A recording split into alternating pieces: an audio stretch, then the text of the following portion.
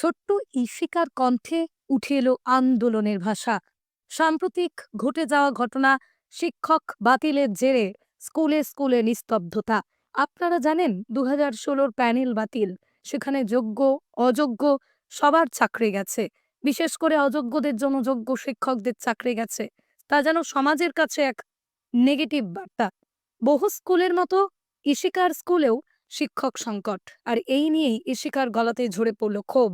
পাচ্ছি যে আমাদের স্কুলে টিচার না থাকার কারণে না আমাদের পড়াশোনার একটা ক্ষতি হচ্ছে।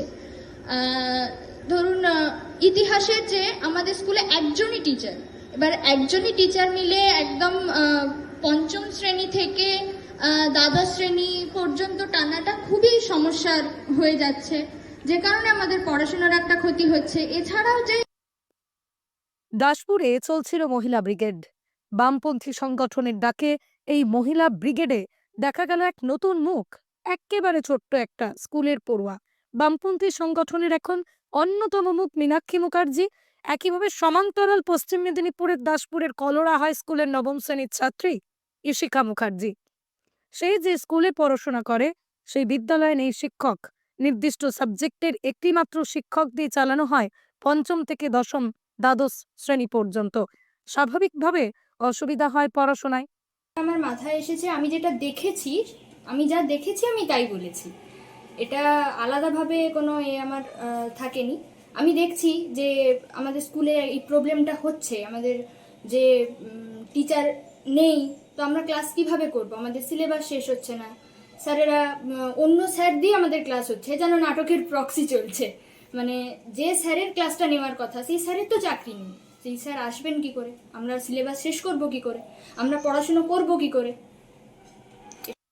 সুপ্রিম কোর্টের কলমের এক খোঁচায় 2016 প্যানেলে প্রায় 26,000 শিক্ষকের চাকরি বাতিল হয়েছে। বিদ্যালয়ের বেশ কয়েকজন শিক্ষক ছিলেন সেই প্যানেলেই। স্বাভাবিকভাবেই শিক্ষক শূন্যতায় ভুগছে বিদ্যালয়। বামপন্থী এই ব্রিগেডে এসে ঝরঝরে বাংলায় বক্তৃতা নবম শ্রেণীর এই ছাত্রীর। এই ভিডিও সমাজ মাধ্যমে ভাইরাল হতেই রীতিমতো রাতারাতি ভাইরাল আলোচনায় উঠে এসেছে ঈশিকা। তাকে প্রশ্ন করা হয়েছিল, তার বক্তৃতা কেউ কে শিখিয়ে দিয়েছে? হঠাৎ কেন এলো তার মাথায় এই ভাবনা? কেন সে বলতে লাগলো কথা? তার সাফ উত্তর, আমি যা দেখেছি তাই বলেছি, আমার যা মনে হয়েছে আমি তাই বলেছি। স্কুলে শিক্ষক নেই, কিভাবে সিলেবাস শেষ হবে? অন্য সাবজেক্টের টিচার দিয়ে ক্লাস চলছে, এটা কি নাটকের প্রক্সি? সিলেবাস শেষ হচ্ছে না, কিভাবে চলবে এভাবে তাদের পড়াশোনা? তাই নিজে যা দেখেছি তাই বলেছি, এমনই প্রশ্নের উত্তর দেখা গেল তার কণ্ঠে। একটা শিশু, স্কুলে পড়া একটা স্কুল পড়ুয়া ছাত্রী, তার আন্দোলন করার বয়স এখনো হয়নি, তবে সেও কিন্তু বুঝতে পারছে সমাজে ঘটে চলা অন্যায়, অবিচার। একটা শিশুও ঘটে চলা ঘটনা বুঝতে পারছে, সমস্যার কথা মুখ ফুটে বলতে পেরেছে, এটাই তো আসল শিক্ষা। এবার দেখার যে এই শিক্ষক সংকটের সমস্যা মেটে কিনা, তার কণ্ঠস্বর উপর মহল পর্যন্ত পৌঁছয় কিনা। পশ্চিম মেদিনীপুরের দাসপুর থেকে মিজানুর রহমানের রিপোর্ট, লোকাল 18 বাংলা।